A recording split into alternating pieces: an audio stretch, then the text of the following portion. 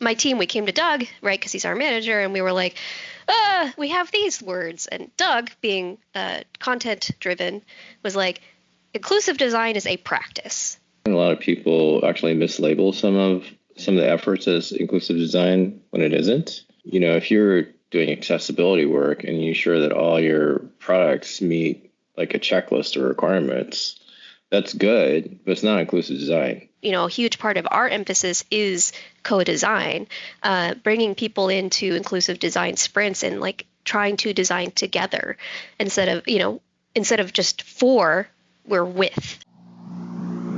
1, 2, 3, 4.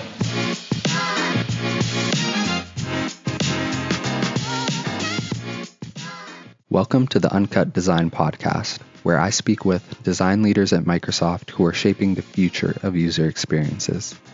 In this series, we'll explore their unique approaches, lessons learned, and insights on driving impactful design in an ever-evolving industry. Today, my guest is Anna Cook and Doug Kim from the Azure Cloud Experiences Studio. Anna is a senior designer who specializes in accessibility with a wealth of experience in inclusive design. Doug is the principal design manager for Anna's team and serves as the product co-lead for Copilot in Azure. Both Anna and Doug have been key contributors in integrating Copilot with Microsoft Azure, which has been a multi-year-long feat. In our conversation, we dive into what inclusive design really means, how to bring accessibility into every stage of the process, and why diverse teams create better products. Anna and Doug also share practical tips for making design decisions, stories from their work at Microsoft, and so much more. It was such a blessing getting to know both Doug and Anna this past summer. During my internship, I hit a lot of walls with my designs and honestly wasn't sure where to go next. Doug was the person who could always cut through the noise. He helped me find clarity when things felt messy, especially with all the ambiguity that comes with designing for cloud products. Every time we talked, I left that meeting knowing exactly what I needed to do next. Although I didn't work directly with Anna, I kept hearing about her impact and the unique way she approaches design from many of my colleagues. She's got this reputation for digging deep and seeing things that others miss. I've been looking forward to getting her perspective, and I'm so excited to have both of them featured on this episode. With that, I bring you Doug Kim and Anna Cook. Cool. But no, I just wanted to say thank you guys for taking the time to meet. It really means a lot. I know you've been really busy with projects and wrapping things up. So especially Doug, you just came back from vacation. So definitely means a lot. But I just wanted to use this time to talk about inclusive design, accessibility, AI, and kind of a little bit of your guys' experience surrounding all of that. But for starters, I wanted to know if both of you could kind of share like a little bit of your origin story and what got you into design initially and how that eventually led to Microsoft. Wow, that's a big question. I think you should go first. Yeah, I think, of course, it is a big question. I've been a designer for 12 years, and I knew I wanted to be a designer since I was about 17, which is kind of rare, I think, for some folks to know that what their career is that young. And I'm sure I could write a dense tome about this story, but the long story short is I was really lucky and privileged to have a design class I went to in high school, and I loved it. I was I humbly would say I'm pretty good at it, and so I pursued that. And design is really a wonderful harmony of technology and psychology and sometimes art, and those are all just really cool things. But what really set this career in for me was when I was in college, and again, very privileged. I had a universal design class in my program, and in that class my professor, who, by the way, I still talk to sometimes. They still run accessibility-oriented classes at CU. Brought in somebody who is blind and uses a screen reader every day. And she showed us how she navigates Boulder, Colorado using her screen reader in maps. And my whole world changed, right? Because there's a lot of information about accessibility that I think a lot of people don't get exposed to due to a lot of systemic barriers and, not having some knowledge that gets shared. But like, I pretty much I love this work. And then I started kind of focusing more on it when I got more senior. And then I got kind of, at one point, my career kind of blew up, especially during the pandemic. And Microsoft does accessibility really, really well, and inclusive design. So I found myself here and lucky enough to work with one of the original people who worked on the inclusive design toolkit, Doug. And the rest is history. Wow, that's cool. I didn't know a lot of that. That's awesome. And I would, being modest, Anna's an amazing designer, not just pretty good. So just putting that out there. I will not cry. I would. It means a lot to me to hear that. Thank you, Doug. Yeah, of course. It's just, I'm a journalist. I'm just reporting. Yeah, so I would say that design and I have had a lot of, flirtations, like coffee dates over my career, but never fully committed to a relationship until much later. Like, this is my second career. I was a journalist for over 20 years before coming to Microsoft and migrating towards design. So design is a relatively later part of my journey, but I've always been interested in it. Like, my freshman year in college, actually, my workstudy job just coincidentally happened to be in the art and architecture library, and I started reading a lot about the origins of design and modern thinking about design because, honestly, there wasn't much to do in that job besides read the books. It was 5 minutes of stacking and 2 hours of just hanging around, and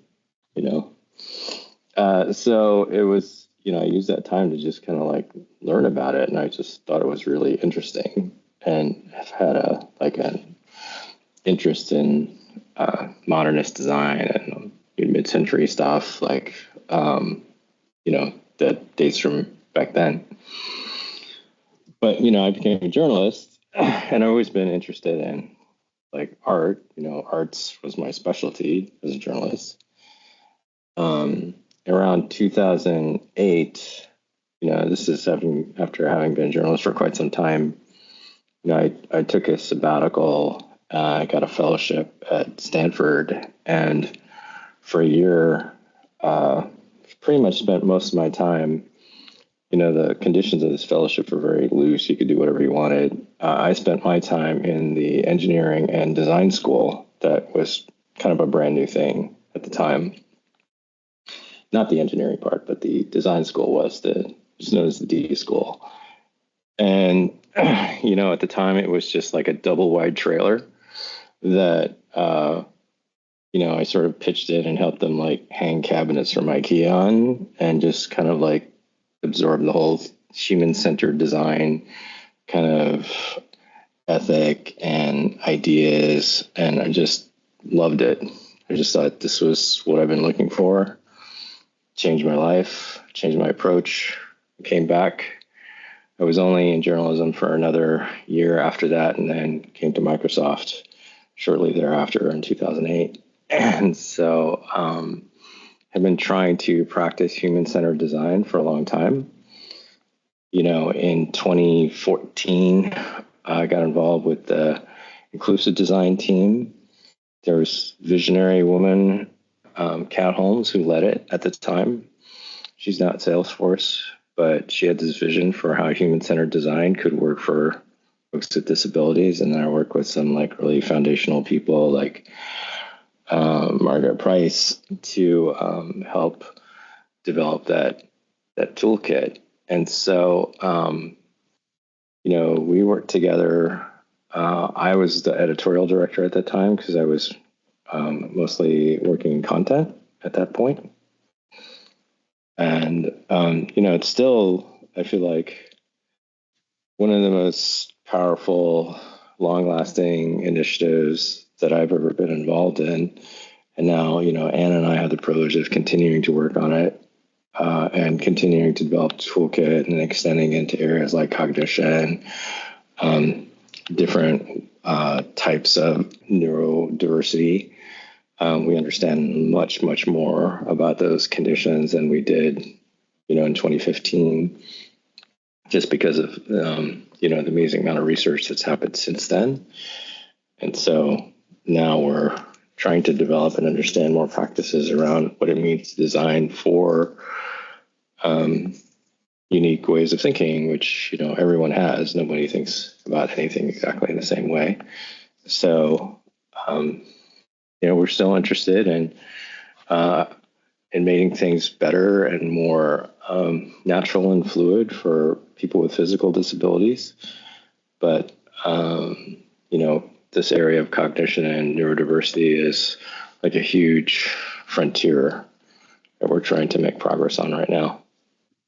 And we're working on AI as well, which is an interesting opportunity to make progress in that area as well. So yeah, I guess the upshot of that is, good luck with your work study jobs, because it could lead to something. I couldn't agree more. Yeah, those are really impactful, powerful stories. Like, and I can imagine, actually seeing, a blind user interact with a web page and navigate, and Doug having such a rich background in journalism, how that's just inform your way of going about design. Really love that.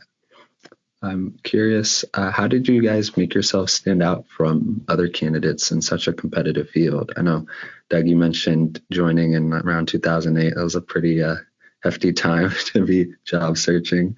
But yeah, I'm just curious to hear both your point of views. Yeah, honestly, yeah. So for those of you maybe who are too young to remember this, there was a worldwide economic crisis that happened in the fall of 2008.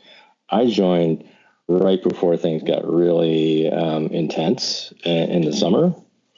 And then I was one of the last cohorts that was able to join Microsoft before, they shut down hiring and really made a lot of.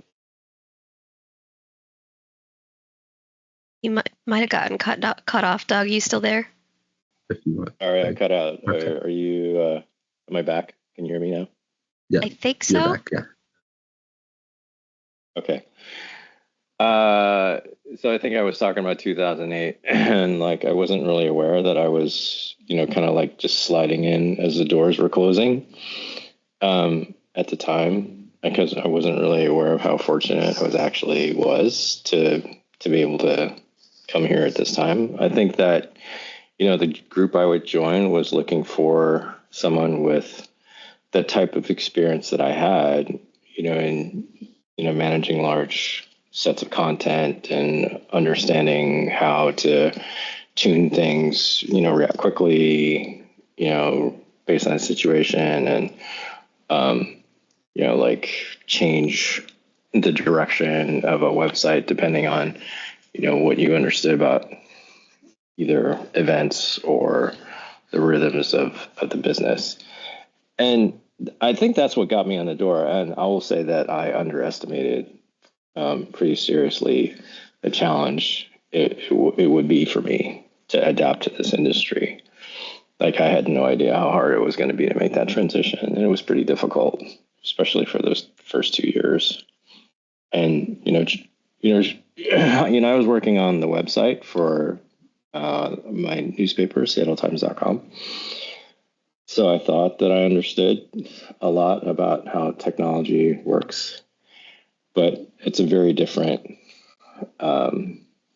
set of problems running an editorial newspaper website versus creating software.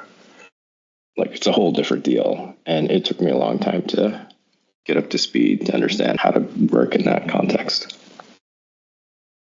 It's interesting. I knew you joined in 2000 or like a long while ago, but then I hadn't like connected the dot for some reason around it being at that time. And I was 16, and not that that's like, it's wild to think about like that you were here and I was listening to emo bands and thinking about, I don't know, the weird things that kids think about, anime probably. So Well, I was talking to emo bands. But yeah, that's also so not for cool. fun. Oh well, that's fair. It was mostly professional. I don't think an emo band, especially these days, I'm like, they're not as cool as I remember them being. But at the time, I would have been like, whoa, Doug, I mean, I still think it's really cool. I've always loved journalism too. That was actually one of the careers I had like written for the CU newspaper for a while too. And but journalism by the time I was in college was a very different thing. So, but Yeah, Postal Service was a big band around that time that did a lot of yes. coverage on. What? Oh God! Every time I talk with Doug, we were talking about this at the team, not to totally get sidetracked, but we have this phrase that we've been using casually called Doug-isms, and it's when like you'll be talking about a thing, and like Doug will be like, "Oh yeah, I've met that like super famous person or band or like," and you're just like, "What?" Like as I said Tuesday, Doug, in the meeting, I was like, I wouldn't be surprised if Doug had met the King of England, and I'd be like, that's Doug, like, and he'd be like, yeah, I met him one I have time. not met the King of England. I And know. as being kind, most people would call that name dropping. So. Oh. I think that's cool. I like these stories. It's fun to hear it. But to answer your actual question, Thomas, before I totally get sidetracked, it's interesting because when, we're talking about 2008, I joined Microsoft 2 years ago, starting August 1st. So it's been 2 years. And interestingly enough, we're obviously not in the same economic environment as 2008, but we did have a similar, like, if I remember correctly, hiring freezes right after I joined. So I rolled right in, and then all of this stuff happens. AI, like Microsoft, and ChatGPT, and all of this news started happening like pretty quickly after I joined. And so my understanding of digital landscapes was flipped again as like all of us in this space, deal with constantly because technology is constantly evolving. But how did I actually make myself stand out is an interesting question because, poor Doug. Doug, no pressure. How did I stand out? But I think one of the things that does make me stand out is that I do have a pretty I have a reasonably acclaimed career in accessible and inclusive design. I have spoken at large conferences about these topics. And it's not to say that there are so many people in this space who have been doing it longer and frankly with far more thoughtfulness, like Doug, for example, than I have been able to do. But I think part of the reason that I did stand out was because I'm very growth oriented and sometimes not always for the better because I can get really focused on like I have to always be better and improving. But like I love speaking at conferences. I love teaching people. I was pursuing a master's at the time as well. I'm very ambitious and but I also was very ambitious specifically in this space because I think it's super interesting. So, long answer to your question. I think every candidate is different and they stand out for different reasons, especially depending on the team. It just so happened that I have the interest and the focus that relates to this team. I mean, I would say. Sorry, what were you going to say, Thomas?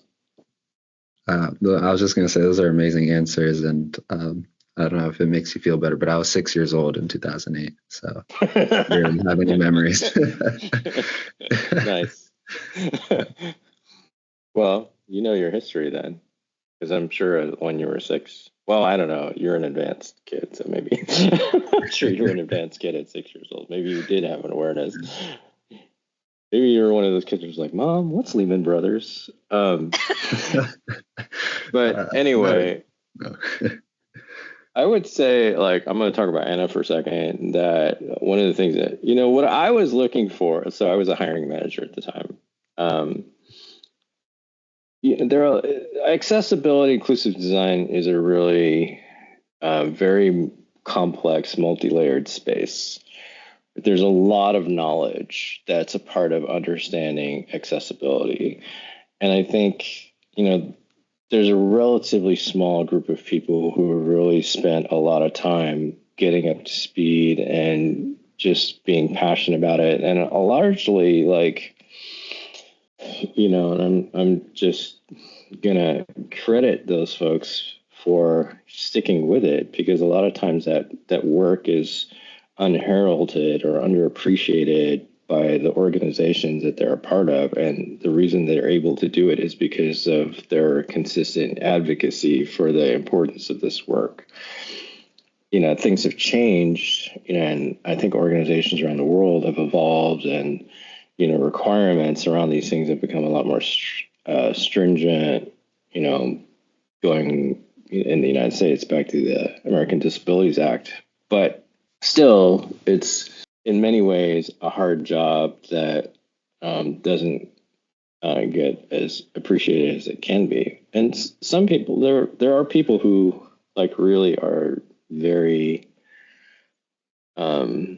fluent, like in the language of accessibility, let's call it. And they understand the guidelines and the restrictions, and they understand screen readers very well and the concerns of like deaf communities, for example, but maybe aren't the best at, you know, translating or helping their organizations grow. And I don't want to knock on those people, but I was looking for somebody who could do both, right? Who could like speak fluently about what the requirements are from a design perspective, and then somebody who could really evangelize that and bring along entire groups of folks, no matter where they were on their particular journey. And that's what Anna's really good at.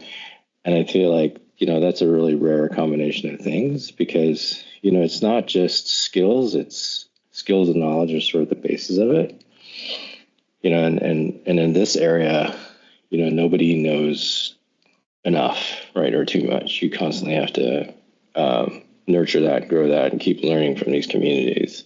Like, nobody I know who's any good at this at all calls himself an expert on it, because there's just so much to learn and understand, and it's very humbling to be a part of this work. But I think one of the things that needs to happen, and the important things that needs to happen, is just this ability to evangelize and educate and nurture and you know, make people understand how important all this is, and how, you know, it's good for everybody. It's good for internally for us to have like a really multi-dimensional awareness of who our customers are and how we can meet those needs. It's good to challenge our products and services so that they can extend and potentially have a lot of benefits for people who, you know, don't have the conditions that we're designing for as well. But it's good for all of us to understand how like nuanced people's needs and requirements can be, and how we can flex to meet those, or, you know, design with that flexibility in mind. This is really important. I feel like, you know, I'm absolutely convicted that, you know, this is the next frontier for us in industry as a whole, is to stop making people absorb like a singular mental model for how something should work, and for all manner of products and services to be more flexible and adaptive to uniqueness.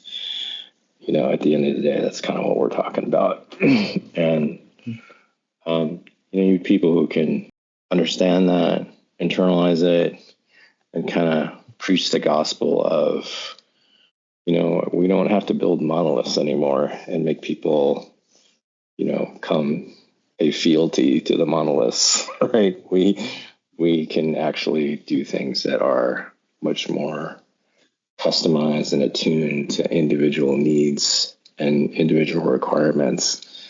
And that is the direction where we need to go.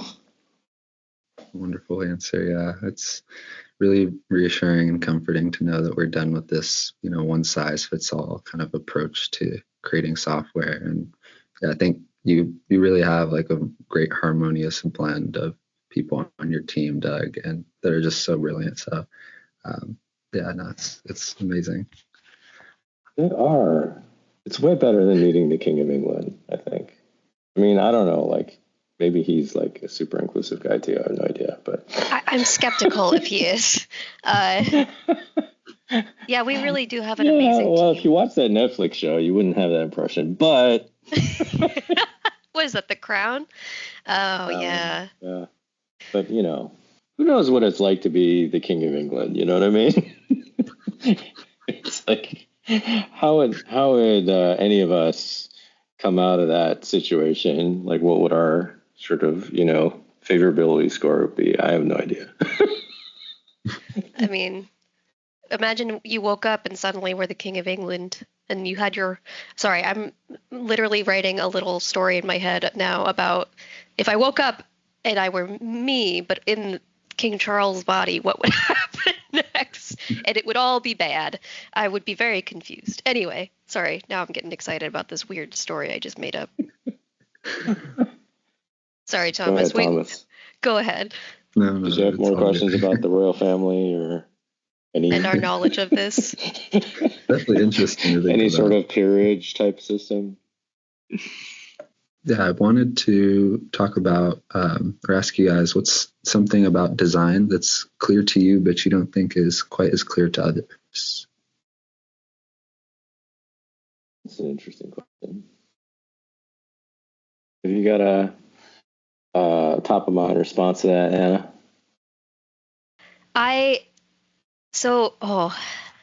Okay, this will be a longer answer. In summary, inclusive design is fundamentally, in my mind, much better in terms of design than some of the traditional ways that design was taught, at least to me. And I think, like, first off, this is a broad statement, right? To say, like, inclusive design is better.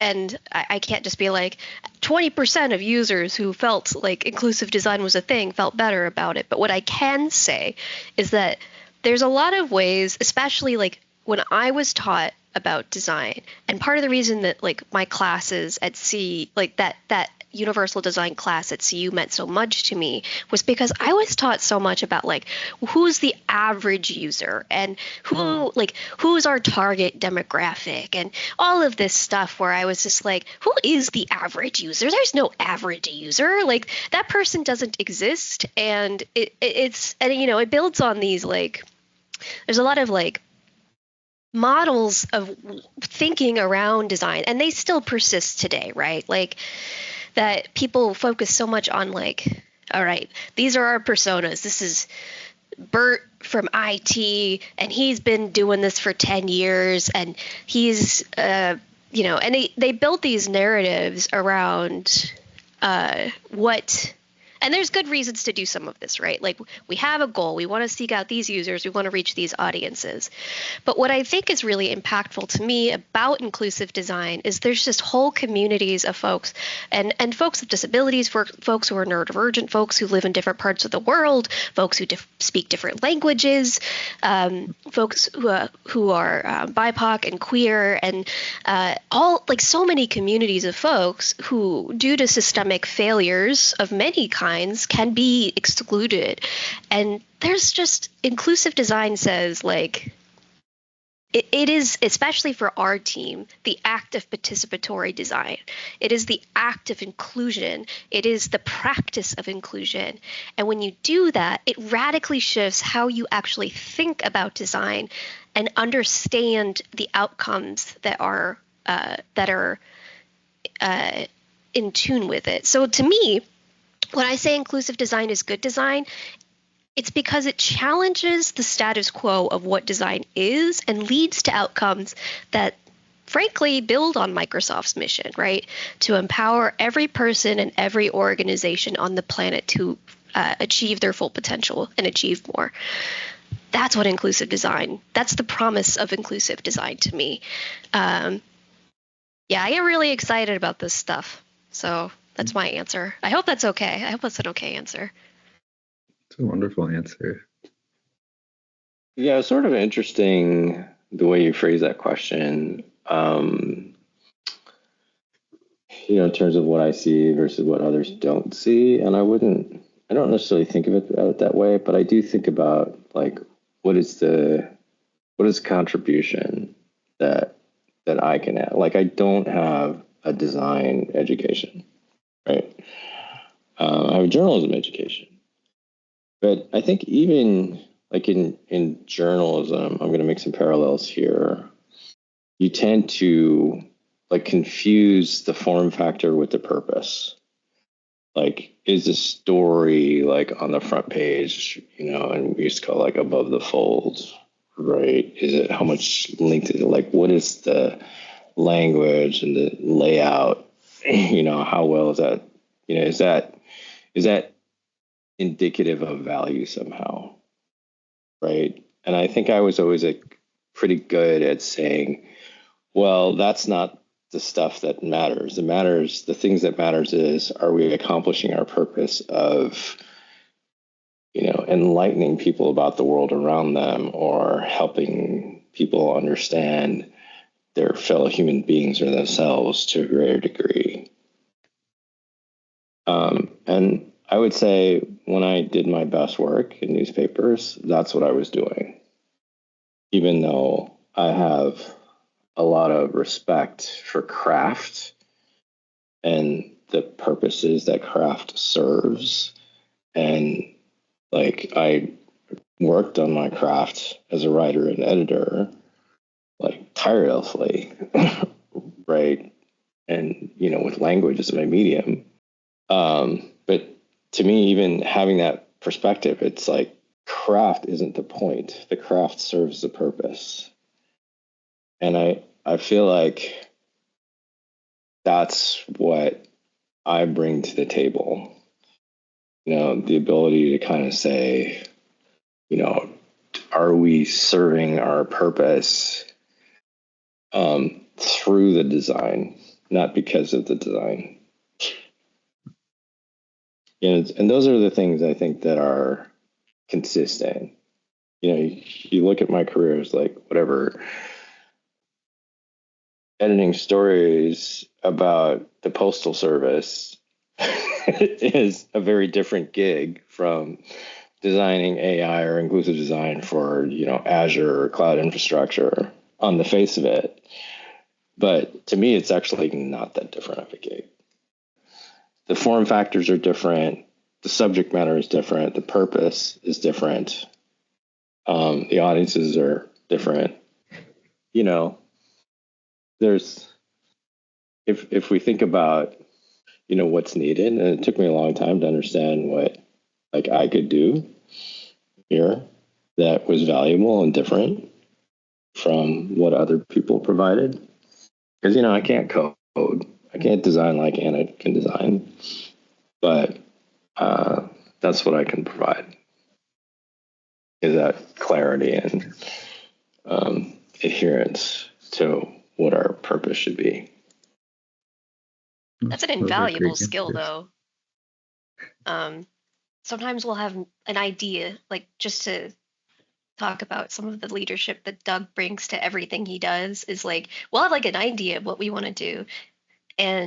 But it's based on like a whole bunch of like assumptions sometimes, or like values or things that, we need to have adjusted or challenged a little bit.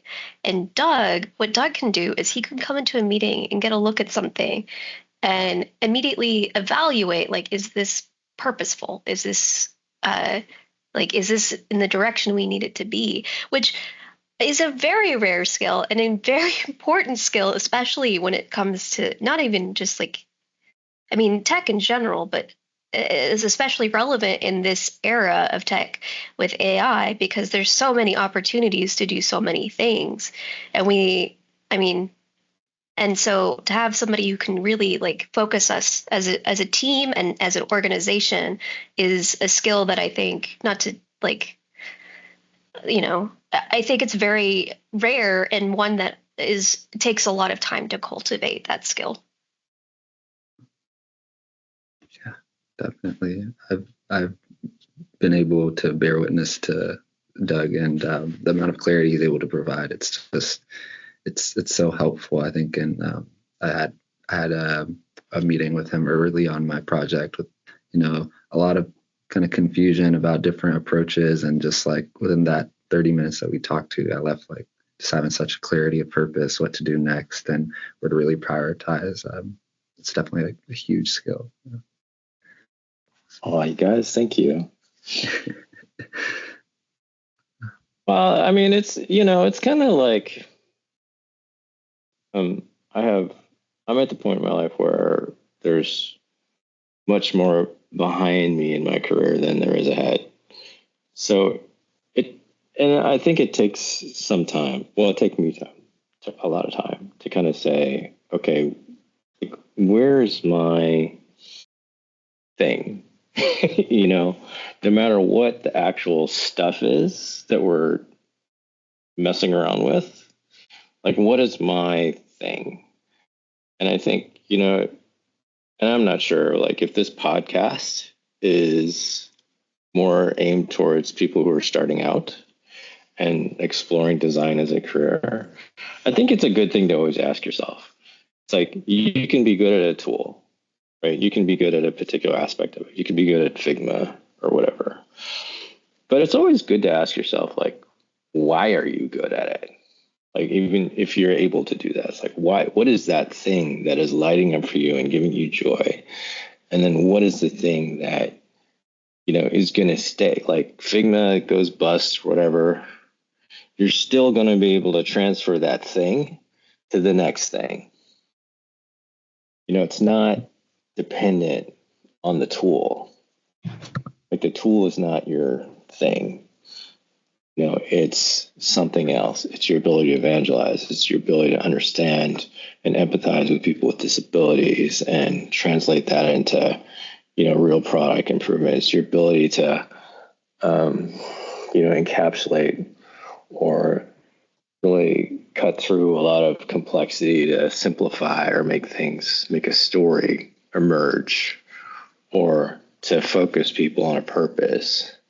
It's your ability to understand, I'm talking about Thomas, like a really complex area very quickly, understand what's needed here. Like, those are things that I think are things that no matter what your tool or even what your profession is, because that can change too, you will continue to grow and cultivate throughout your life. And I think it's good to like constantly, and they may change, right? You may, like, the circumstances may totally change for you, and you may find yourself like kind of like fundamentally like good or leaning towards a particular area that you may have had no awareness of, previously. That's great. But it's good to be conscious of these things and explicit about them for yourself. That's a really good call out, especially for somebody like Thomas. First off, thank you for all of your patience listening. I really appreciate. This is a very good skill that you have to do this.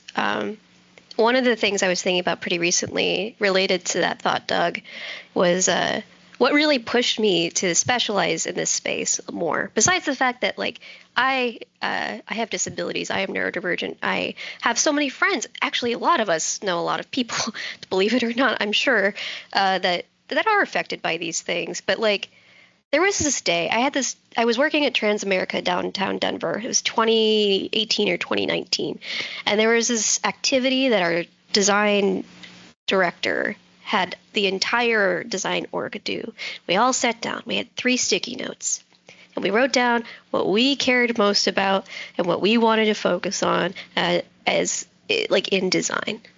And I was actually telling somebody about this the other day for some reason. But I remember at the time I wrote 3 things down. I can't remember the other 2 anymore, but I do remember that I wrote down the word inclusive design.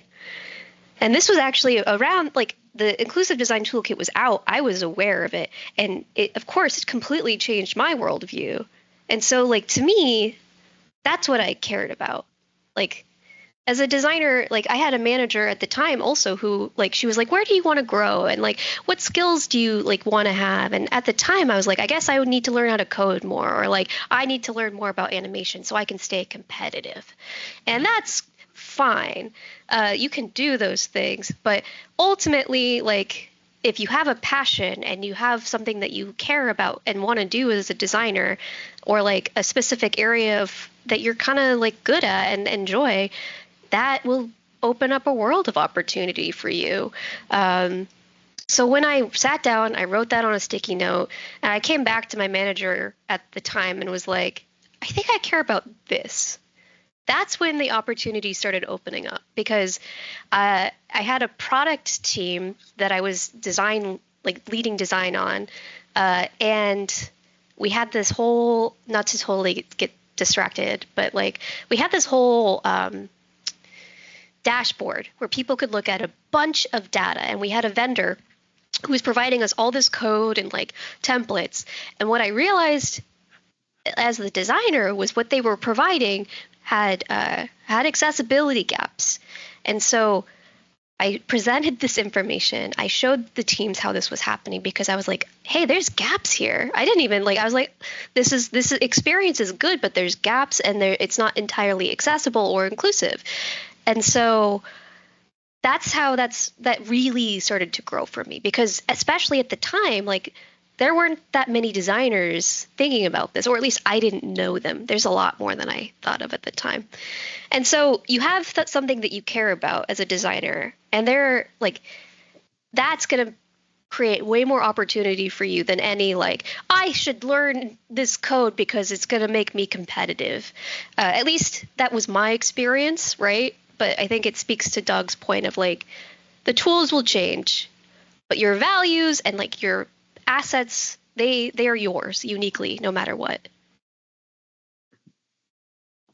Yeah, I couldn't agree more. Yeah. Thank you for sharing. That's definitely resonates a lot. And I think, yeah, to Doug's point, it's truly about, being curious and feeding your passions and your interests, and just being patient and trusting that, the chips will fall in place over time. Well, I'm curious what you would say about that, Thomas. Like, how how have you managed that in your life, like adapting to new challenges and ensuring that you're growing?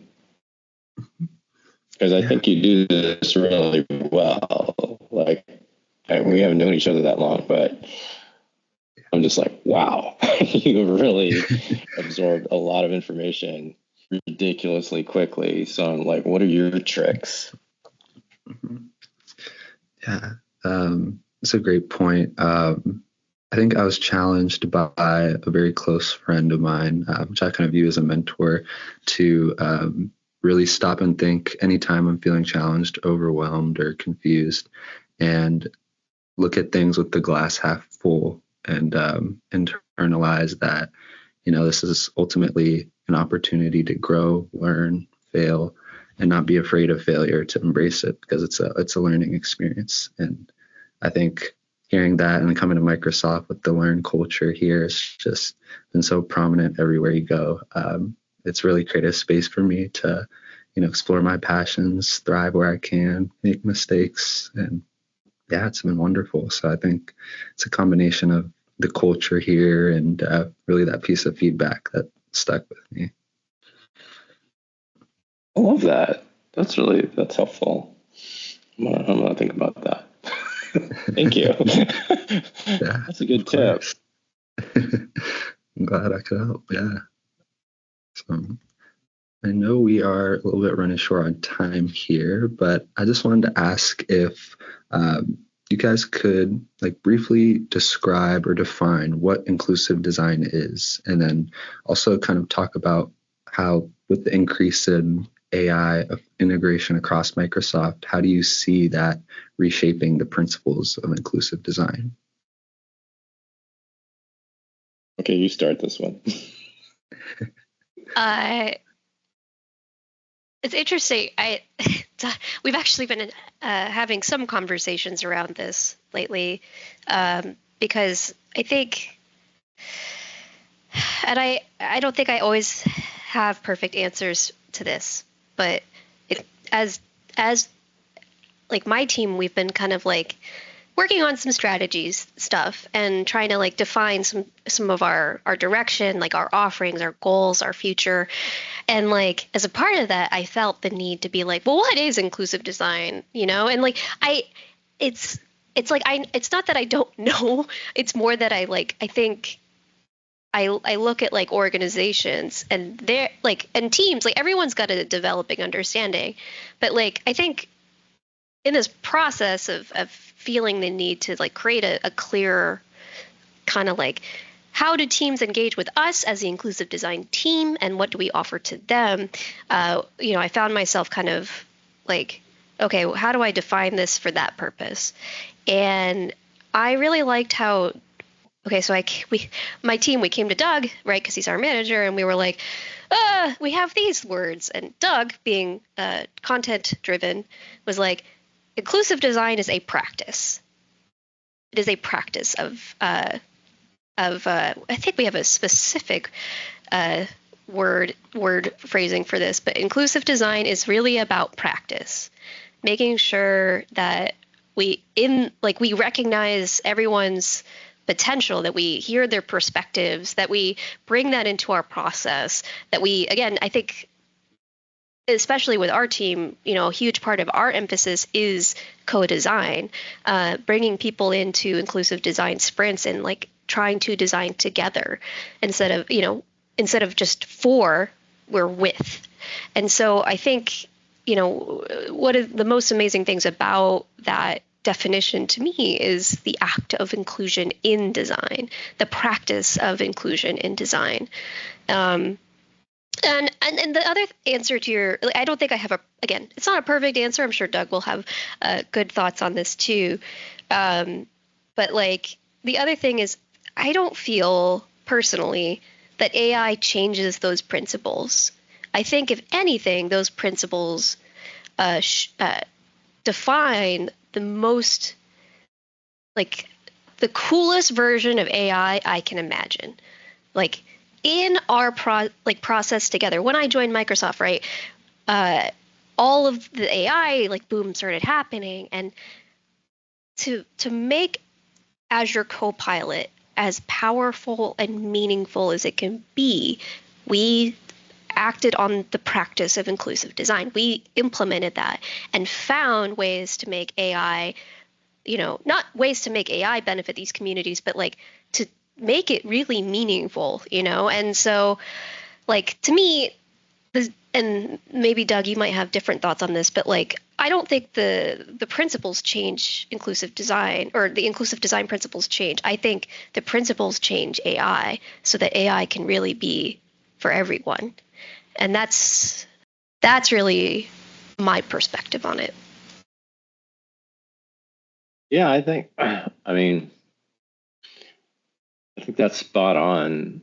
The only thing that I would add is, I guess, in terms of what is inclusive design, a lot of people actually mislabel some of the efforts as inclusive design when it isn't. If you're doing accessibility work and you ensure that all your products meet a checklist of requirements, That's good, but it's not inclusive design.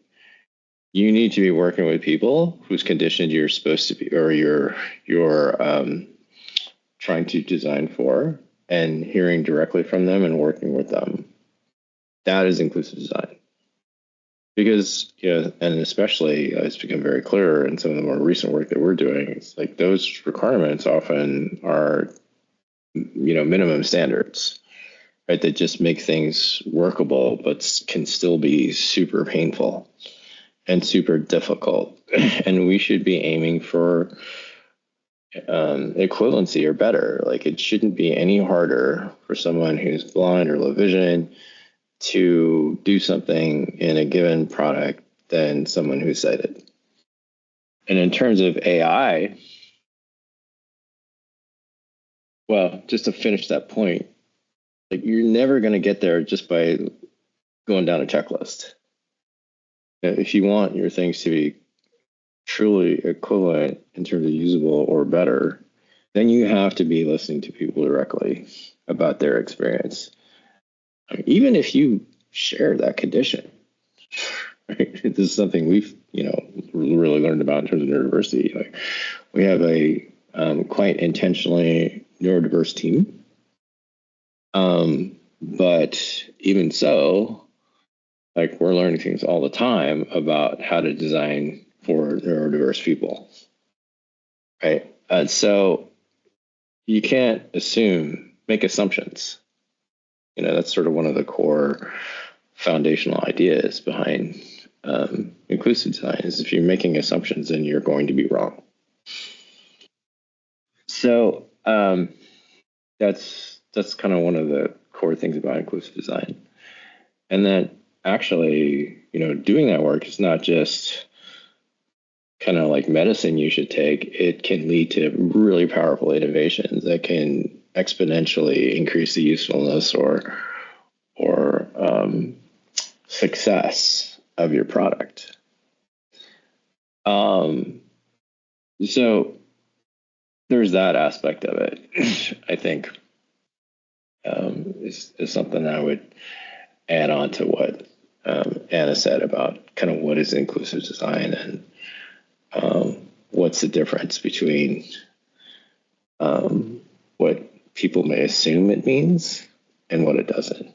It's actively working with folks with disabilities or, whatever audience that you're trying to extend this methodology to. And there are an endless number of those.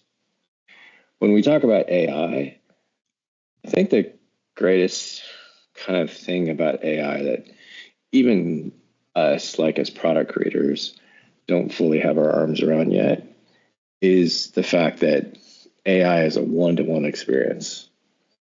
At its core, it's a unique experience that only you as a user get, right? And so that opens a lot of potential for these experiences adapt to your specific needs and your specific requirements and the way that you like to absorb and information or manage tools or whatever it is that you want to do. It's a unique thing that can be suited for you. And to me, that's the great promise and potential of AI. It can make things exponentially better for your particular way of absorbing the world. And we know now that there are so many different ways that people think about the same problems, and so many ways that we can use technology to help unlock that potential, as opposed to, kind of assuming that whatever 80% of people are going to be able to do things in one way. And then we're just designing for that. That's the big difference between everything up to this point and everything after. Couldn't agree more. Yeah, there's so much diversity when you actually start to jump into, the intersectionality of the users and all these different, user groups you don't even think about. I think for me growing up in a first generation kind of household, like I definitely saw things that I never even thought about. Like I'll often kind of talk about the example of my dad. He was using our desktop for the first time, one of the first few times. It just never clicked for him that the magnifying glass would represent what you search for, or search field, and like the gears icon representing settings. So there's all these like unique ways where, I'd see him struggle for like minutes on top of minutes, and it's just so unique to like observe that and really understand like how users interact. It's so different, but I love that answer. I know we are running real short on time here. I want to ask one last question before doing a few like lightning round questions, if that's all right. Sure. Cool. So last question is, as AI is becoming more increasingly kind of integrated into user experiences, what are the biggest opportunities and challenges you see in making those AI-driven experiences truly inclusive? I mean, I think the biggest challenge is that, in creating models, that they will be more driven towards a kind of a lowest common denominator type of thing. And the fact that, AI models, right, are not good judges, right? They don't understand what's true and what isn't, right? They don't have that human ability to determine like what's ethical and what isn't, for example, right? Or what's false or not. So there's some basic like human qualities that they sort of look like they can do, but they can't. Right. Mm-hmm. And so those are the kinds of things that we have to keep like, working on and trying to understand like how we can, give people the right expectations around that, give them agency to use those tools to do powerful things. Also with the understanding that there are certain things that, at least, from my perspective, they're never going to be able to do. Those kinds of like value-based things. It's sort of, and actually, it sort of calls on us to really think more about values and those things that really do form the basis of humanity that, AI can't replace.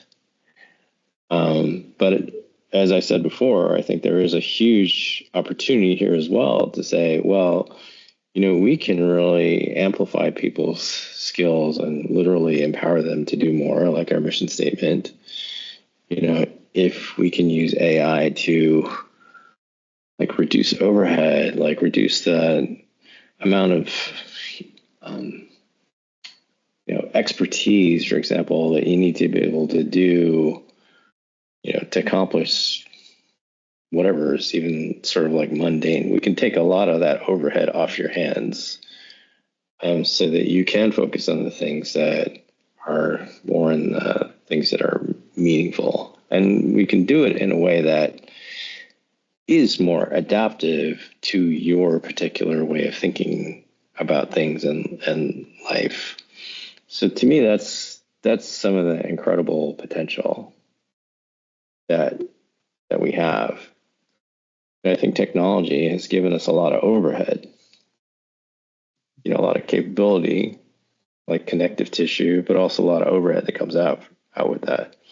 How much time do we all spend like, sorting through irrelevant emails every day?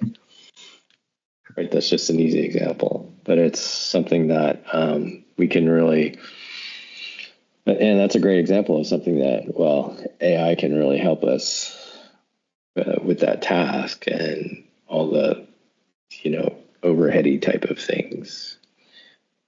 But, again, there's going to be always some human value and judgment and ethics and understanding of what's really important and purpose that we should be paying attention to, and that AI should attempt to serve not to replace.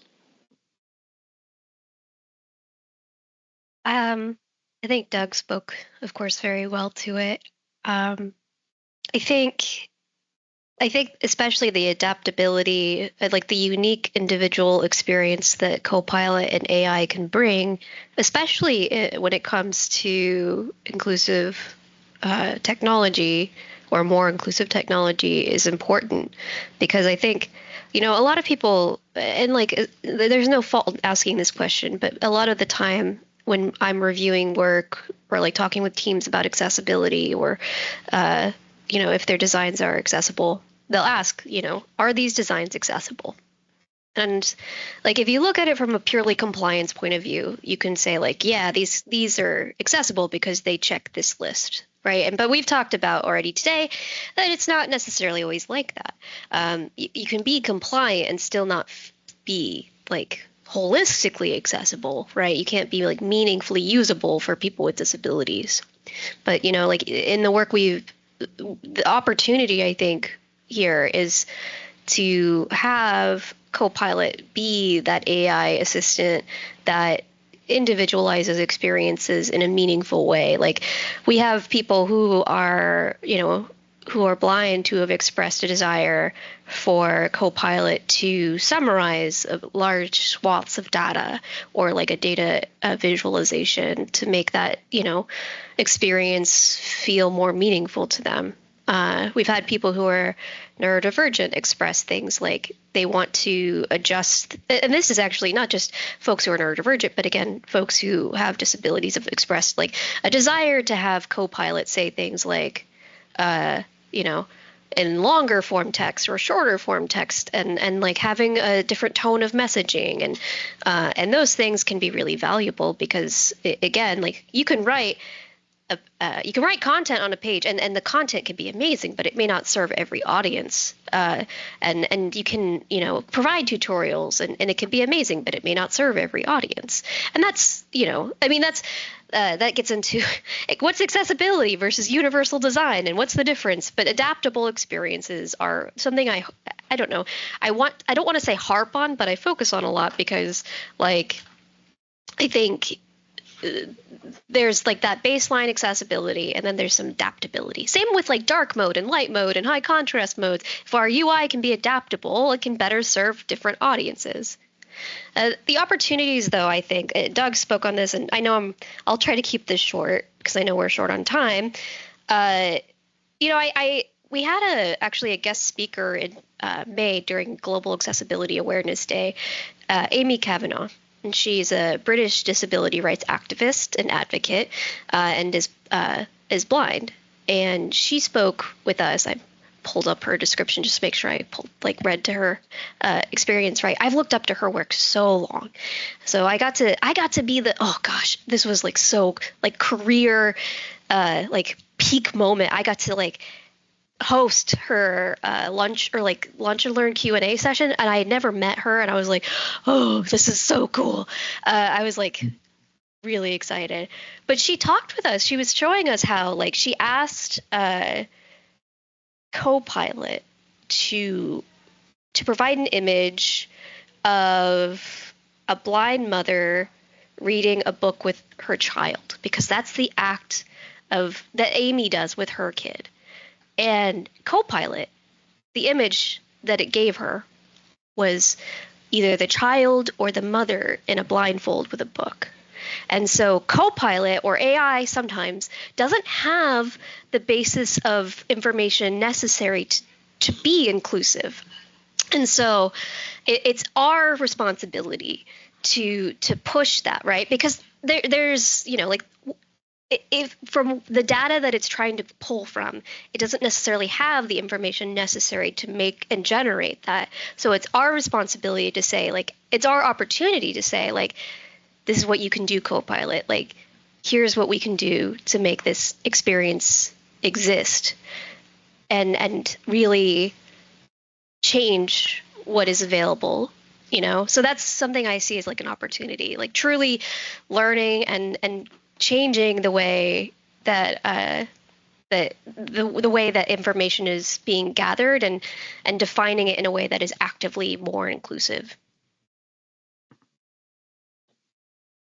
That's a really impactful story. Now, thank you for both sharing. And I really love that notion of adaptability. Yeah, I think we could all learn something from that for sure as designers. So, but yeah, that kind of brings us to our lightning round, which is just going to be a bunch of kind of rapid fire questions. But yeah, for starters, I wanted to ask, what's one of your like favorite books that you recommend others read? Just in general or about design? In general, your favorite book. Yeah. Could be about design if it is, but yeah, anything. Boy, that's a hard one. Lately one of the books that I've enjoyed the most is called The Bees, and it's told about kind of the life of a bee from the perspective of the bee. So, and it's a novel, and it's fascinating. It's like a really interesting book. It's about a couple of years old, maybe 2 or 3 years old.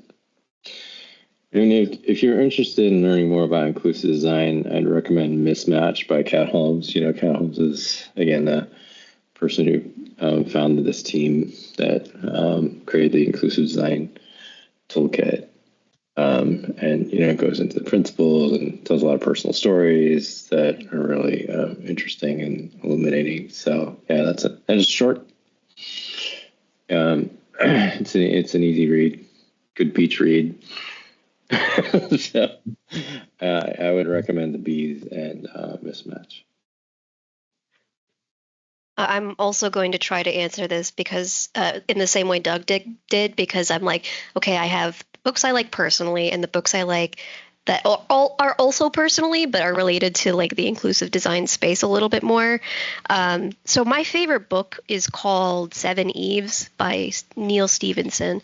And I pretty much exclusively read via audiobook. I have dyslexia. It's not like I don't like reading like in a book, but if I do, I like to have it in combination with an audiobook because it helps with my processing. And so, but like I really it's not the reason I like that book, but because it's a 36-hour audiobook. It's a hard sci-fi novel about if the moon exploded and how people would survive in space, which it is just like, I don't know how to put it. I have a weird fascination with stories like that. Chernobyl is one I find fascinating, like the actual historical explanation for Chernobyl.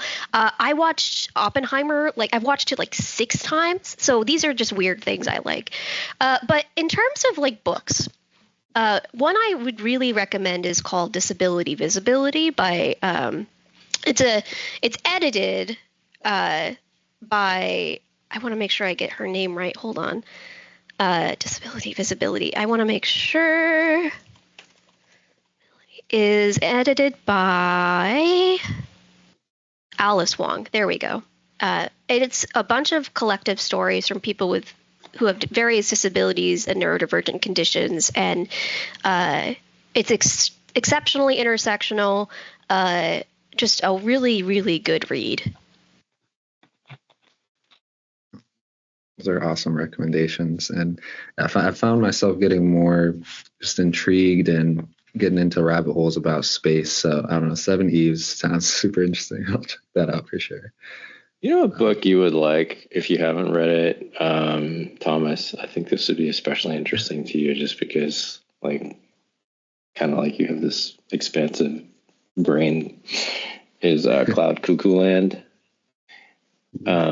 That's got some really interesting, like, historical. Spans like whatever 3,000 years. It's really interesting and intellectual and heartbreaking at the same time. Yeah, so I think that would be really. And currently on my nightstand is a memoir I'm reading by Jane Wong called "Meet Me Tonight in Atlantic City." and also kind of like devastating and heartbreaking, but also interesting. She's an incredible writer. And then I'm going to put a plug in because my wife has a book coming out next year, a book of poetry called Melee. And her name is Kalihua Kim. So, look for it at a bookstore near you next July. That's amazing. Yeah, tell her I said congrats. Yeah. It's not easy writing a book at all. No, we're super excited and proud. You can tell. That's awesome. What's a show or movie that you've fallen in love with recently? I just mentioned Oppenheimer.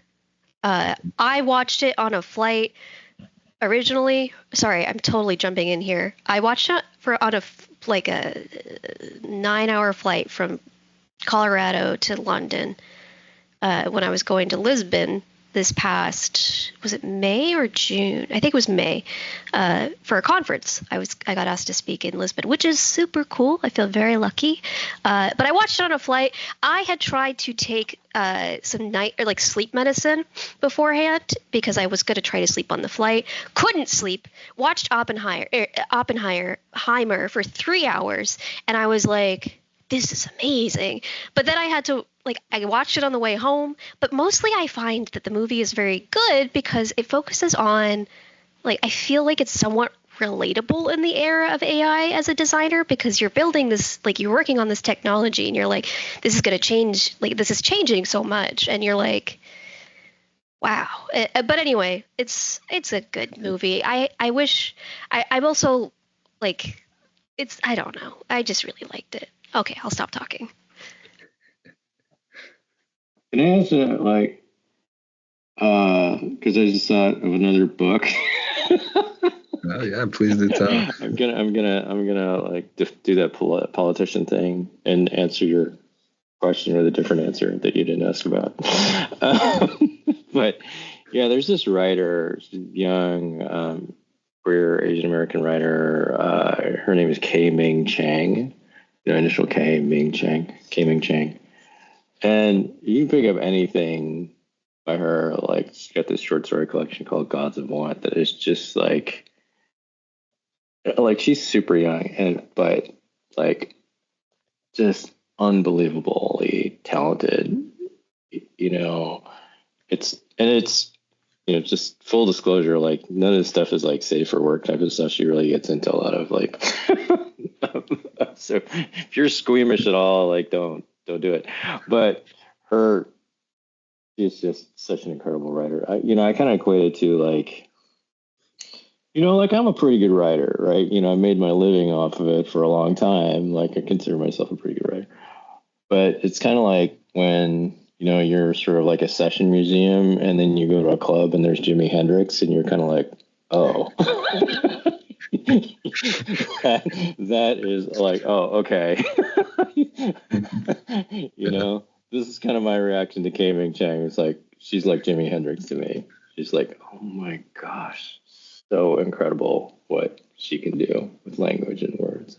Jane Wong is like that too, actually. They're both super amazing. They had a talking about their work a few months ago at Elliott Bay Bookstore, and I was just sitting there going, I don't know what planet that either one of you arrived from, but I wish that I had some of whatever your DNA is that you got from being on that planet, because they're incredible writers. So sorry. You're getting some great not recommendations. A movie or a book. I mean, not a movie or a TV show. No worries. What's a product that you've recently discovered that has really impressed you? I have an answer for this one. I feel like there's I remember when apps started coming out and just coming out all everybody was getting smartphones and there were a whole bunch of apps, and so I remember being impressed with the Guitar Hero app, basically, where you just all stuff like that. So but these days, because it's been a while since that happens. It's harder, I think, for me to be impressed with some of the apps because I'm like, yeah, we got another ride pickup app and we got another I mean, it's not like a jaded perspective. I'm just accustomed to it. But there is this app called Fig. And I have celiac disease, which means it's an autoimmune disease, which means I get sick anytime I consume gluten. And it's very sensitive, and I can get very sick very easily. And it's not my favorite, but there's this app called Fig, and it's like this giant database of product information where I can scan a barcode for a product and learn what if it's safe for me, even if it doesn't explicitly say it's gluten-free, or like if it doesn't explicitly list wheat. There's other like ingredients that can include wheat and barley and rye. So like I really love that app because anything that can make this easier is a win for me, because food is awesome and I like to eat because it helps me live. I love that answer. One that I've been experimenting with lately, and I gotta say it's a little buggy, but it's this app called Tangent, and it's a golf app, right? So like this has been my big hobby in the past couple of years. I'm not very good at it, which I also think it's good to have hobbies that you're not good at because it sort of challenge your like a lot of stuff that you were saying earlier, Thomas, about like growth mindset and how you can you put yourself in situations that are uncomfortable and difficult but have very little consequences. Like nobody cares that I'm not good at golf, right? like nobody cares except for me, right? But it trains your brain to be used to these types of situations where you're really like are potentially frustrated. Anyway, this app, so it sort of like works with your Apple Watch, and it just sort of tracks everything that you do on the golf course, and then it comes up with all these insights for you afterwards. It's like, hey, you did really well at this. You could use some practice here. Here's a practice plan that addresses those particular things that you kind of sucked at, like during your last. So it's got like an AI engine, obviously, that sort of does this coaching and sort of on-course analysis and all this kind of stuff. So I think that's really interesting. Like, because I need all the help I can get. And it is sort of it sort of cuts through a lot of ambiguity about like you can sometimes you come off like around feeling really frustrated or whatever because it didn't meet your expectations, and then you sort of have this sort of foggy cloud of like I sucked. But then you look at something like this and it says, well, no, you didn't suck. I'm like, here are the things where you were like actually really good at. But here's a few things that really kind of like tanked it for you. And it prevents you from like really sort of like spiraling around a particular thing and having like, a data driven, like balanced view of what actually is going on, which, Is that just for golf? It's just for golf. Yeah. Dang it! I could use that for other things. Okay, cool. I was about to say, right? Like it's a good philosophy. It's like, let's look at the data. Let's see what actually is good and what actually isn't, and like where you actually could improve rather versus what you think is going on. So. I think it's interesting. It still has like it's not perfect. I think it's the insights are not like totally accurate. I think all the time, but given like how hard that challenge is, I think it's pretty good. So I'm interested in like how for my personal life, like technology can help me or have like anxiety or be fitter or like just approach kind of tough challenges in a way that's with like a kind of fact-based, data-based approach that helps me really, get rid of the amorphous clouds of doubt and ambiguity. Yeah. And drill in on tangible things. You're definitely not alone in being bad at golf. Don't worry. I'm by far probably the worst player people have seen. I'll just swing 20 times and miss the ball. But I'll definitely have to check that app out. Actually, I wanted to Maybe you should say, get Tangent. yeah, no, definitely. Like, I don't golf often, but trust me, I will try it out. It'll probably I just think say we have like, a new project here, Thomas. for performance. Yeah. But also when you shared the app Fig, it reminded me there's actually a similar app called Yuka, which I don't know if you've heard of, but you can scan the barcode of any product. It could be like bag of chips to like mayonnaise, but it'll give you insights, like it'll rank it out of 0 to 100 on like how good it is for you. If there's like additives or saturated fats, things like that. And like I've been addicted to it because I can actually pull it up here. It's like I I scan like have heard these. of this. Wait, what's it called? Yeah. What's this app called? Yuka, Y-U-K-A. Hmm. YUKA? Yeah. I scanned this can of Pringles. I don't know if you can see it. It gave it a 3 out of 100 score and said it bad additives and all this extra stuff. So I don't know if I can emotionally. Starve than eat a can of Pringles. We've just eliminated the possibility of Pringles sponsoring your podcast, but Is this I know. sorry? Is this podcast going to be public or is it like internal only? It'll be on like podcast platforms like Spotify and Apple Podcasts. Yeah. Oh, cool. I'm making sure I didn't awesome. say anything too weird. Oh well. Cool. That's exciting.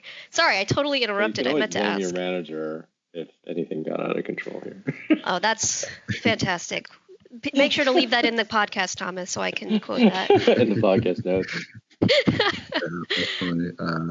No, it's fitting for the title. It's called Uncut Design. So I'm going to try not to cut anything or any portions out of it. We'll definitely hear it. Nice. Man. Well, I hope somebody's still listening at this point. Oh, my favorite podcasts are like 4 hours long. I listen to this one called A More Civilized Age. I've told us the team about this. It's a Star Wars podcast, and they just talk about it like an episode of a TV show for 4 hours, and I just feel like I'm hanging out with people, like it's like socializing, but I don't have to get out of bed. Amazing. Wow. The best. That is the next level nerdiness right there. Honestly, no one should be surprised. I have watched Oppenheimer too many times. It's my vibe. I'm a big dense tome kind of gal. Wow.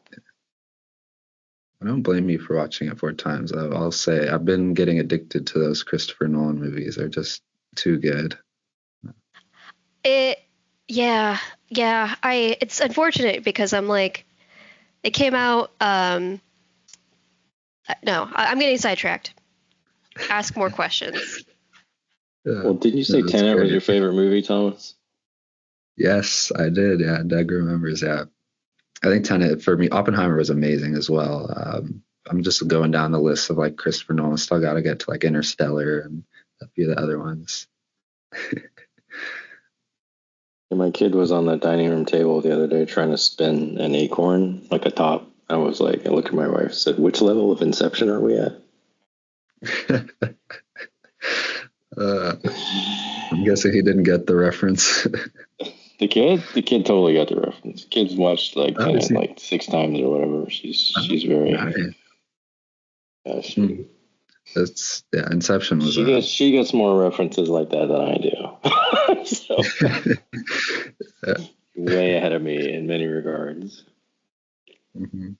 That's great. No, my first time watching Inception, I didn't even know that the top symbolized anything. I was like, "What is he? Why is there still shot on this spinning top for?" Like, Well, you have to watch Memento? it like 5 times just to get there. yeah. Memento's a Christopher Nolan movie, right? That was a really a good one at the time, I think. Memento? I think let's just make sure. Movie. Oh, yeah, I think you're right, yeah. And it came out before, it was in 2000. Yeah, it came up before Inception. Yeah, that was something I watched in like high school, which I don't know if I should have, but also recommend that one, Thomas. Okay. Well, thank you. I'll definitely add that to my list. I wanted to ask, what's a piece of advice that you wish you received early in your career? Or conversely, could be a really great piece of advice that you received. I quoted this one the other day, and I reference it quite regularly. I have a few different pieces of advice that I quote still today, but one was the mentor manager I mentioned earlier. I I still am prone to this, but like especially at the time, I was prone to saying yes to every kind of task I was being asked to do at work all the time. I like to help people and do projects and you know be useful. But she looked at me and she was like, every time you say yes to one project, you're saying no to one that you might actually want to do more. And it's not that like you should be like, no, I don't want to do this or something like that. There are some things that we all do that maybe I would rather be at the beach reading, Mismatch than doing, for example. But like, it does help me. It still helps me today because anytime especially like even personally, I get asked to do a speaking event or whatever, and I'll like people will reach out for things, and I'm like, every time I say like I take on this thing, there's another thing that has to drop off, and I've been trying to like focus on that both professionally and personally so that I can have a more balanced life and do things that I enjoy. That's mine. I would say don't be so hard on yourself. Like I think I can be pretty self-critical. And that's sort of like and it's not just sort of like an eternal advice thing, like that bleeds over to other people.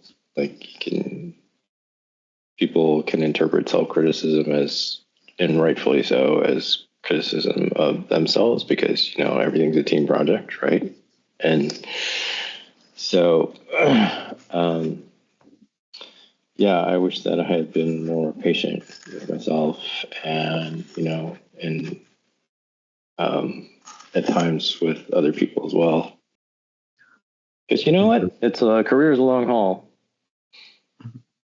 And I think, and I said this the other day, I think what matters to me now, like looking back on most of the thing, is not so much like what do we deliver at the end, but what sort of like communities that we create and foster, both within our groups and the folks that we reached and were intending to reach. Like, oh, what were those communities like?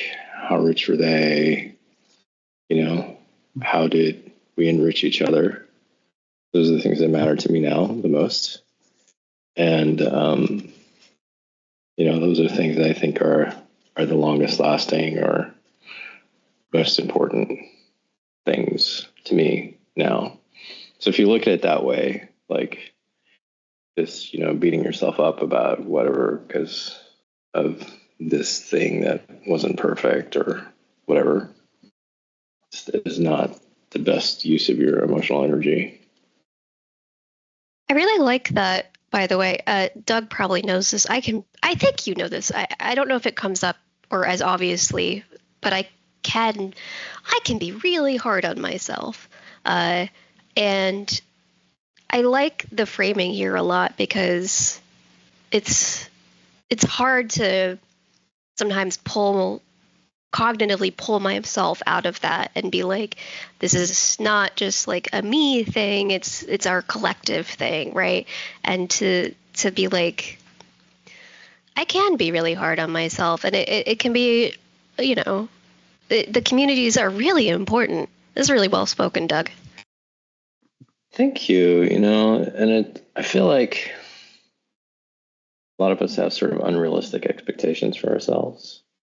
That life is just going to be a constant trajectory of upward capability and movement, and we're always going to keep getting better. And it's just not how it works. Like your life, goes in cycles, and sometimes you have more capacity and sometimes you have less. It's not always more.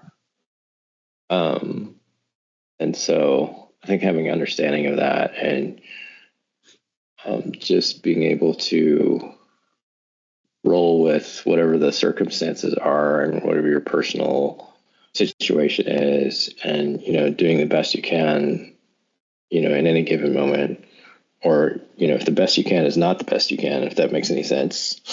Like having some forgiveness about that. So that's what I wish that I knew a little bit better earlier on.